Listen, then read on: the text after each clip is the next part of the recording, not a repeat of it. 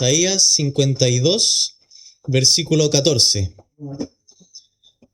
Esta será la lectura que tendremos para el sermón de hoy. Isaías capítulo 52, versículo 14. Dice así: Como se asombraron de ti muchos, de tal manera fue desfigurado de los hombres su parecer y su hermosura más que la de los hijos de los hombres. Amén. Les invito a que tomen asiento.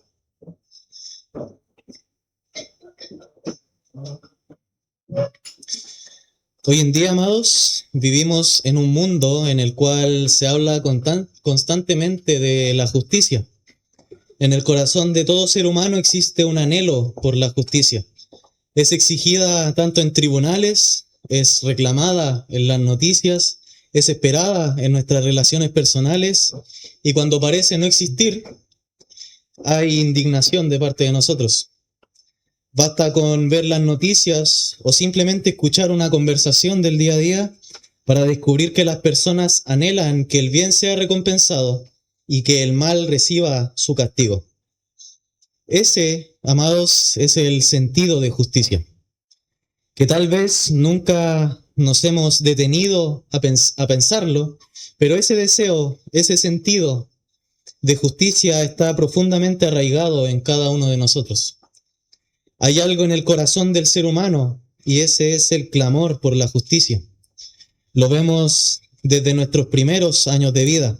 Cuando un niño recibe un castigo por algo que no hizo, inmediatamente protesta y le dice a sus padres: yo no fui, no merezco ese castigo.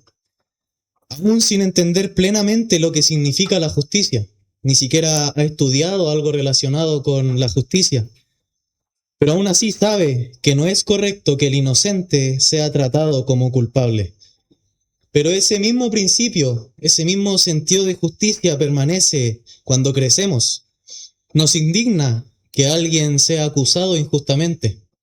Cuando vemos que un culpable queda libre o que un inocente recibe el castigo que otro merece, algo dentro de nosotros se revela y anhela justicia. Y de hecho, si estuviéramos en un tribunal y pasa esto, estoy seguro que nos pararíamos y diríamos: juez corrupto. Y no solo ocurre en los tribunales, sino que también lo vemos en nuestra vida diaria. Nos molesta cuando otro recibe el crédito por nuestro trabajo. Nos duele cuando pagamos las consecuencias de errores que no cometimos y nos parece injusto que una persona inocente cargue con la culpa de otra. Pocas cosas provocan tanta indignación en el hombre como ver que un inocente sea condenado mientras el culpable queda en libertad. Cuando eso ocurre, sentimos que algo está profundamente mal. No importa la cultura, no importa la edad y tampoco importa el lugar donde vivamos, todos reaccionamos de la misma manera. De hecho, gran parte de nuestra sociedad está construida bajo este principio. Cada uno debe responder por sus propias acciones, cada uno debe cargar con su propia responsabilidad y cada uno debe sufrir las consecuencias de sus propias decisiones. Y aunque muchas veces la justicia humana falla, aunque los jueces se equivoquen, aunque los culpables escapen y los inocentes sufran, siempre seguiremos anhelando la justicia. Seguimos creyendo que lo correcto es que el culpable sea condenado y el inocente sea declarado libre. Pero aquí es donde surge una pregunta que es inevitable, y es: ¿de dónde proviene ese sentido de justicia? ¿Por qué todos, sin importar la cultura o la época donde vivamos, reconocemos que algunas cosas son justas y otras cosas son injustas? La respuesta que nos ofrece la Biblia es que ese anhelo no nació simplemente de la sociedad, ni tampoco de la evolución de las normas humanas, sino que existe porque fuimos creados a imagen de un Dios que es perfectamente justo. El sentido de justicia que encontramos en el corazón del hombre no es más que un reflejo, aunque sabemos que imperfecto y afectado por el pecado, de la justicia perfecta del que nos creó. Mientras la justicia humana es limitada, es falible y muchas veces parcial, la justicia de Dios es absoluta, es perfecta y es santa. Él nunca se equivoca en sus juicios, siempre le da a cada uno lo que merece y todo lo que hace es conforme a su naturaleza, que es santa y justa. Si queremos comprender verdaderamente qué es la justicia, no debemos comenzar observando a los hombres, sino que debemos contemplar el carácter perfecto de nuestro Dios. Y es precisamente aquí donde toda la humanidad se enfrenta a su mayor problema. Mientras juzgamos la justicia desde nuestra propia perspectiva, todavía podemos pensar que somos personas relativamente buenas. Pero cuando dejamos de mirarnos a nosotros mismos y contemplamos la justicia a la luz del carácter perfecto de Dios, el panorama cambia por completo. Descubrimos que no somos inocentes, somos culpables, y lo peor es que somos culpables delante del juez de toda la tierra. Dios ha revelado su carácter por medio de su santa ley, también conocida principalmente como los 10 mandamientos. Esta ley no fue dada para hacernos justos, sino que fue dada para mostrarnos quiénes somos realmente. Es como un espejo. Un espejo no limpia las manchas del rostro o de las ropas, simplemente las pone en evidencia. El espejo nos sirve para darnos cuenta que estamos completamente sucios, y si no nos vemos en ese espejo, no nos daríamos cuenta. De la misma manera, la ley de Dios deja al descubierto cada pecado de nuestro corazón y nos muestra nuestra verdadera condición delante de un Dios que es 3 veces santo. Al vernos reflejados en ese espejo, no podemos hacer otra cosa que exclamar junto con el profeta Isaías y decir: «Ay de mí, que soy hombre muerto». Por eso es que me gustaría invitarlos a examinarse con completa sinceridad delante de la ley de Dios. ¿Has mentido alguna vez? Si lo has hecho, entonces delante de Dios eres culpable. ¿Has deshonrado a tus padres? Si lo has hecho, eres culpable. ¿Has robado? Aunque haya sido algo que para ti pueda ser muy insignificante, si lo has hecho, eres culpable. ¿Has usado el nombre de Dios en vano? Si lo has hecho, también eres culpable delante de Dios. ¿Has codiciado lo que pertenece a otra persona? También si lo has hecho, eres culpable. ¿Has puesto a algo o a alguien por encima de Dios en tu corazón? Si lo has hecho, has levantado un ídolo en tu corazón y por lo tanto, delante de Dios, eres culpable. ¿Has mirado a una mujer o a un hombre con deseos impuros? El Señor Jesucristo dijo que quien hace esto ya adulteró en su corazón. Y si lo has hecho, eres culpable. ¿Has odiado a alguien? Cristo enseñó que quien aborrece a su hermano o le llama fatuo, ya es asesino en su corazón. Por lo tanto, si lo has hecho, eres culpable. Y por último, ¿has guardado perfectamente el día de reposo dedicándolo completamente al Señor sin faltar jamás? Si no lo has hecho, entonces también eres culpable delante de Dios. Si somos honestos, el veredicto es inevitable. La ley de Dios no encuentra a un solo inocente. Todos hemos quebrantado sus mandamientos, todos hemos pecado y todos somos culpables delante de Dios. Y aquí es donde encontramos el verdadero problema. Dios es perfectamente justo. Él no puede ignorar el pecado, ni pasar por alto la culpa, ni declarar inocente al culpable simplemente porque sí. Un juez que absuelve al culpable deja de ser un juez justo. De la misma manera, Dios, cuya justicia es perfecta y santa, no dejará sin castigo al pecador. Y ese es el dilema de toda la humanidad. No comparecemos ante un juez corrupto o indiferente, sino que estamos delante del Dios santo, justo y recto, cuyo juicio siempre es verdadero y perfecto. Y delante de ese tribunal, delante de Dios, todos nosotros ya somos culpables y por lo tanto merecedores de la condenación. Pero el problema, amados, se vuelve aún más serio y aún más preocupante cuando comprendemos cuál es la condenación que merecemos por ese pecado. Ya hemos visto que todos somos culpables delante de Dios.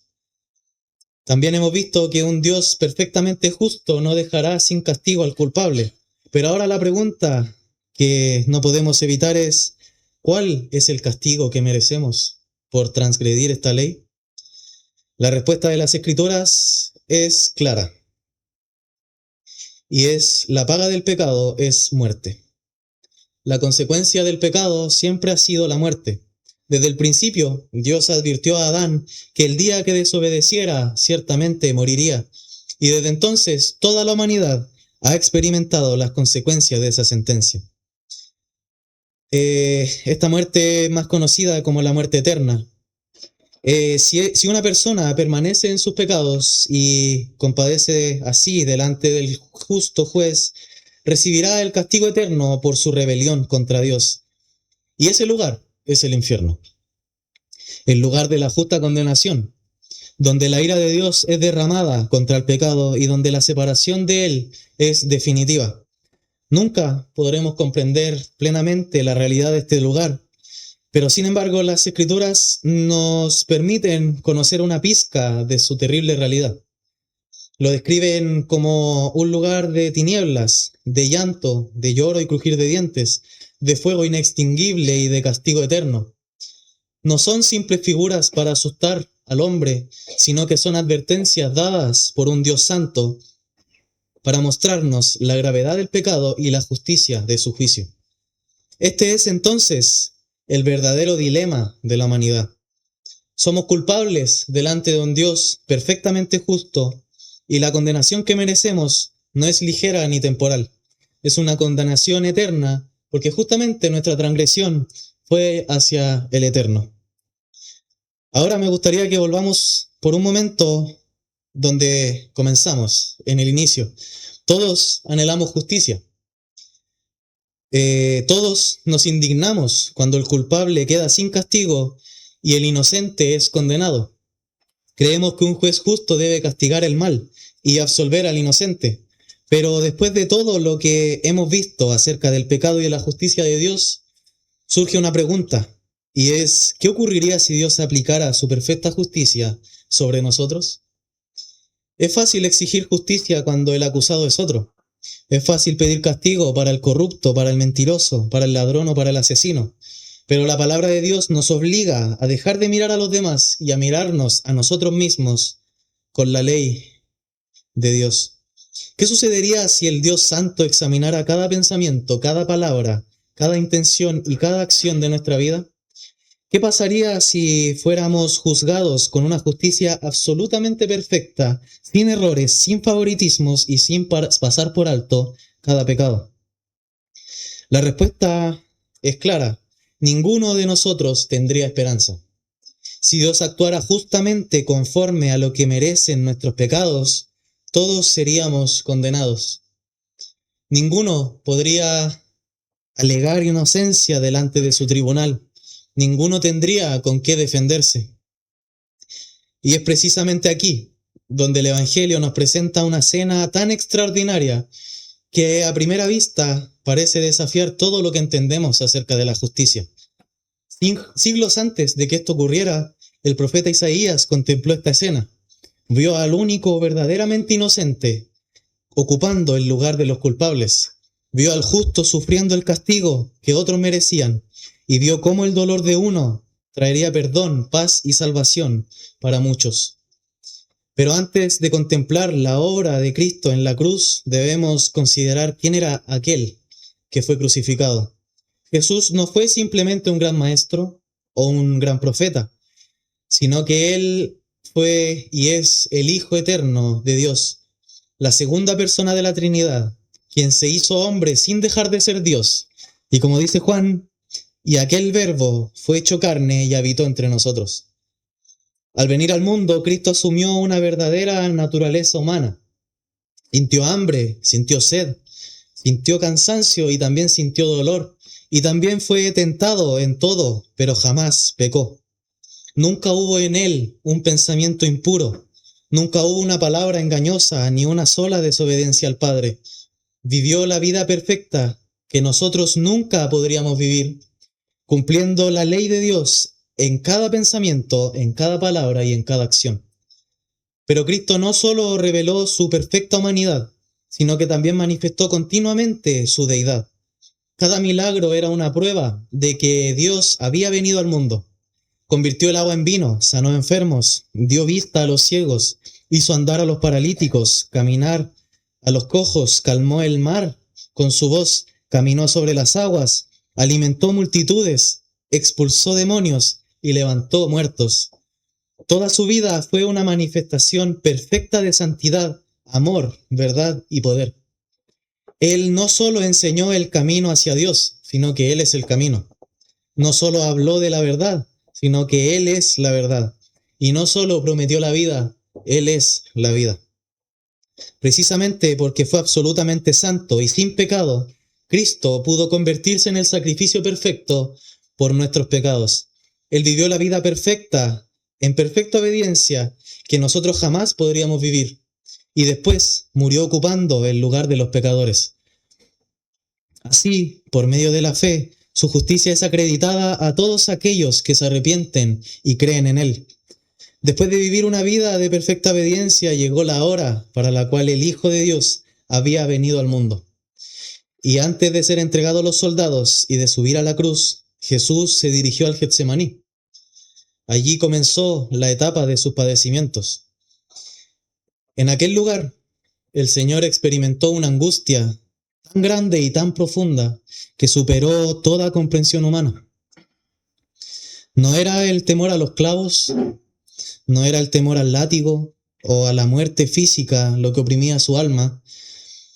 Delante de él estaba la copa de la ira de Dios que pronto habría de beber por causa del pecado de su pueblo. El santo, que desde la eternidad había disfrutado de perfecta comunión con el Padre, sabía que estaba a punto de ocupar el lugar de los culpables y cargar sobre sí el juicio que nosotros merecíamos. La Escritura nos dice que su alma estaba muy triste hasta la muerte. Su agonía fue tan intensa que su sudor era como grandes gotas de sangre que caían hasta la tierra. Mientras oraba, clamó: Padre mío, si es posible, pase de mí esta copa, pero no sea como yo quiero, sino como tú. Aún en medio de la más profunda aflicción, Cristo permaneció perfectamente obediente. Nunca vaciló en hacer la voluntad del Padre. Getsemaní fue el comienzo del sufrimiento. Allí, antes de recibir un solo azote o de ser clavado en la cruz, el peso de la obra redentora ya hacía estremecer su humanidad. Sin embargo, no retrocedió. Se levantó de aquella oración, decidido a recorrer voluntariamente el camino que lo conduciría al Calvario. Dispuesto a beber hasta la última gota de la copa de la ira de Dios para salvar a su pueblo. Y fue precisamente desde el Getsemaní donde comenzó el camino hacia la cruz. La agonía espiritual del Getsemaní dio paso a los tormentos físicos del juicio, la flagelación romana y la crucifixión. A partir de ese momento, el Santo de Dios sería entregado en manos de pecadores para padecer los sufrimientos más intensos que jamás haya soportado un ser humano, hasta ofrecer su vida como sacrificio perfecto por el pecado. Cuando llegamos a la cruz, no estamos contemplando únicamente la ejecución de un hombre inocente. Estamos contemplando el cumplimiento de la profecía del siervo sufriente anunciada por Isaías siglos antes. Acerca de él fue escrito lo que leímos anteriormente: como se asombraron de ti muchos, de tal manera fue desfigurado de los hombres su parecer, y su hermosura más que la de los hijos de los hombres. Estas palabras nos introducen a una escena cuyo dolor sobrepasa nuestra capacidad de comprender. El sufrimiento de Cristo no fue común, no fue una muerte rápida, ni tampoco fue una muerte digna. Fue una sucesión de tormentos físicos, morales y espirituales llevados hasta el extremo. Después de ser injustamente condenado, fue entregado a soldados romanos endurecidos por la violencia. Ellos descargaron sobre él toda su crueldad. Lo abofetearon una y otra vez. Golpearon su rostro con los puños. Lo escupieron y se burlaron de él con absoluto desprecio. Aquel rostro que jamás expresó odio, jamás expresó malicia ni pecado, terminó irreconocible bajo la brutalidad de los hombres. Después trenzaron una corona con largas y duras espinas y le hundieron violentamente sobre su cabeza. No se limitaron a colocarla, sino que la golpearon con una caña para que las espinas penetraran aún más profundamente en su carne. La sangre comenzó a correr por su rostro mientras continuaban riéndose de aquel que verdaderamente era el rey. Luego es que vino el flagelo romano, uno de los castigos más atroces que existían. El látigo estaba formado por varias correas de cuero en cuyos extremos se incrustaban fragmentos de hueso afilado y pequeñas piezas de metal. Con cada azote, aquellos objetos se clavaban en la piel y al retirar el látigo arrancaban pedazos de carne. La espalda de Cristo quedó abierta, los músculos expuestos y la sangre corría abundantemente por todo su cuerpo. Muchos hombres morían solamente a causa de esta tortura, pero Cristo la soportó y en silencio. Isaías declara que su apariencia quedó desfigurada, su rostro estaba inflamado por los golpes, cubierto de sangre, saliva y polvo y heridas. Su cuerpo estaba desgarrado, estaba ensangrentado y completamente debilitado. El profeta dice que su aspecto fue desfigurado más que el de cualquier otro hombre. Quienes lo miraban apenas podían reconocer en él una figura humana. Aquel que es el resplandor de la gloria de Dios y la imagen misma de su sustancia fue tratado como el más despreciable de los hombres. En ese estado fue obligado a cargar el pesado madero de la cruz. Cada paso era una agonía. Su espalda abierta rozaba con la áspera madera. La sangre seguía brotando, sus fuerzas se agotaban. El peso, el dolor y la enorme pérdida de sangre hicieron que cayera bajo la carga, incapaz de continuar por sí mismo. De hecho, lo tuvieron que ayudar. Al llegar al Gólgota, lo tendieron sobre la cruz y atravesaron sus manos y sus pies con grandes clavos de hierro. Cada golpe del martillo aumentaba un dolor indescriptible. Después levantaron la cruz y la dejaron caer bruscamente en su lugar, haciendo que todo el peso de su cuerpo descansara sobre las heridas recién abiertas. La crucifixión, amados, era una muerte lenta. Cada respiración se convertía en una lucha. Para poder inhalar, Cristo debía impulsarse sobre los clavos que atravesaban sus pies, levantando un cuerpo completamente destrozado y apoyándose sobre una espalda convertida en una sola herida. Luego volvía a desplomarse por el agotamiento, solo para repetir ese mismo tormento una y otra vez durante horas interminables. Poco a poco la sed se hacía insoportable, los músculos se acalambraban, las fuerzas desaparecían y la muerte avanzaba lentamente. Sin embargo, por insoportable que haya sido aquel sufrimiento físico, todavía no era el aspecto más profundo de su agonía. Lo más terrible de la cruz ocurrió cuando el Padre cargó sobre él el pecado de todos los que habría de salvar. El único absolutamente santo fue tratado como si hubiera cometido cada pecado de su pueblo. Sobre el inocente cayó la condenación destinada a los culpables. Sobre el justo descendió toda la ira santa, perfecta y justa de Dios contra el pecado. Isaías lo había anunciado con claridad. Dijo, Jehová cargó en él el pecado de todos nosotros. Y más adelante añade, mas Jehová quiso quebrantarlo, sujetándole a padecimiento. En la cruz, Cristo no solo soportó el odio de los hombres, sino que también soportó el juicio de Dios contra el pecado. Allí, el Padre derramó sobre su propio Hijo la copa de la ira que nosotros merecíamos. Nosotros merecíamos beber esta copa por toda la eternidad. Pero aquel que siempre había disfrutado de una perfecta comunión con el Padre experimentó el abandono judicial que correspondía a los pecadores, hasta exclamar, Dios mío, ¿por qué me has desamparado? Cada golpe recibido, cada espina clavada, cada azote, cada clavo, cada gota de sangre derramada y cada instante de agonía proclamaban una verdad inmutable. El pecado jamás podía quedar sin castigo. La justicia perfecta de Dios estaba siendo plenamente satisfecha. Cristo no sufrió porque fuera culpable, sufrió porque voluntariamente ocupó el lugar de los que sí eran culpables. El santo fue condenado para que los pecadores pudieran ser perdonados. El justo fue herido para que los injustos fueran reconciliados con Dios. Por eso, cuando contemplamos el rostro desfigurado de nuestro Salvador, no vemos solamente la crueldad del hombre, sino que contemplamos el terrible precio de nuestra redención.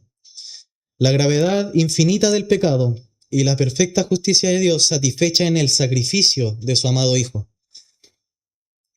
Les invito a que puedan imaginarse a Cristo siendo azotado, siendo golpeado, siendo escupido y siendo clavado en esa cruz, que usted esté viéndolo y que eso haya sido por su culpa.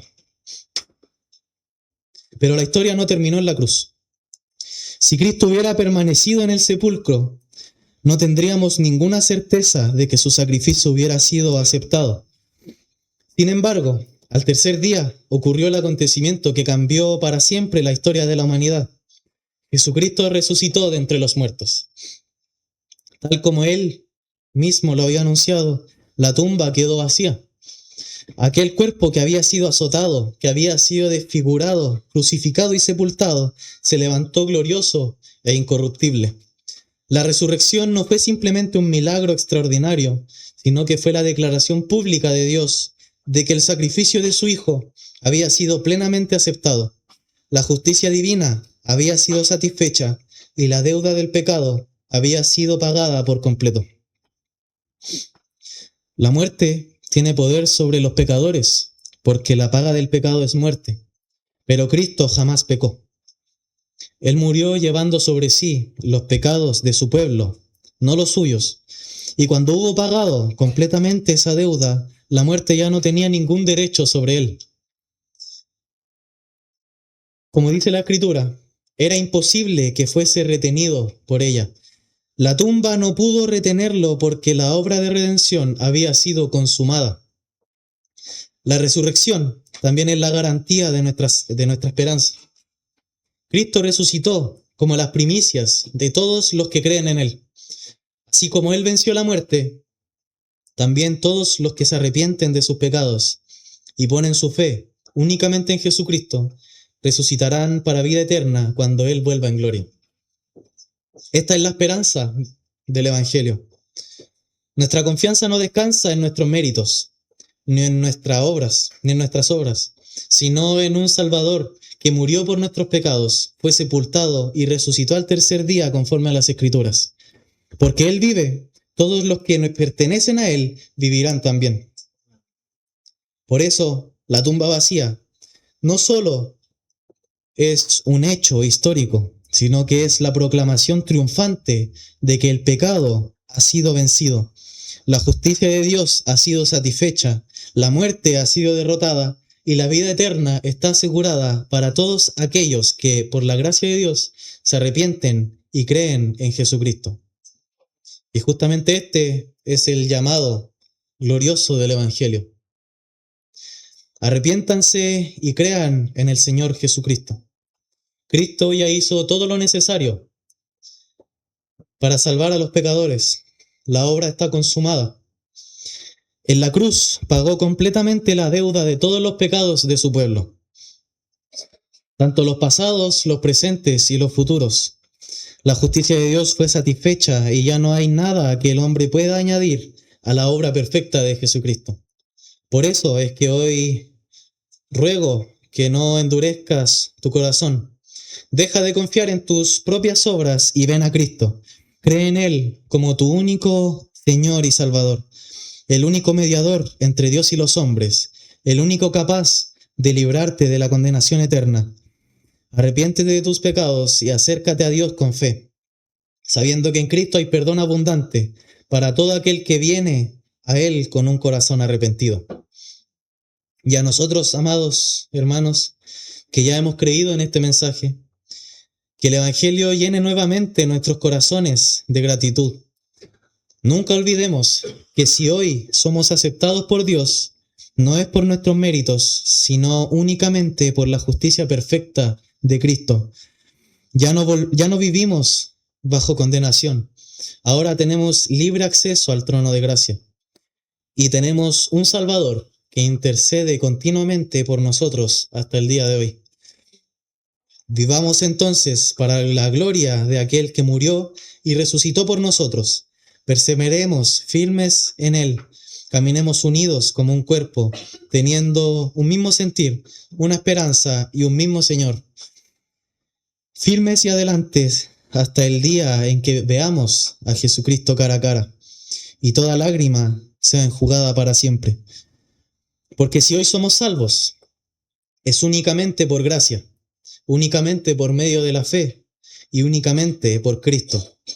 Por lo que toda gloria, toda honra, todo honor y todo homenaje sea a Dios para siempre, por los siglos de los siglos. Amén. Les invito a que puedan ponerse de pie para orar a nuestro Señor. Señor amado, gracias le damos por este momento. Gracias, Señor, por ese sacrificio perfecto de Jesucristo. Gracias porque hoy podemos confiadamente acercarnos a este trono de gracia y pedir, Señor, por nuestras almas. Le pido por cada uno de los que hayan escuchado que puedan creer, Señor, en este mensaje, puedan arrepentirse, Señor, de sus pecados, puedan creer en Jesucristo como su único Señor y Salvador. Y si es su voluntad, puedan llegar a esta iglesia, congregarse con nosotros y seguir este caminar de la fe junto con los santos. Gracias, Señor, le damos por este momento en el nombre de Jesús. Amén.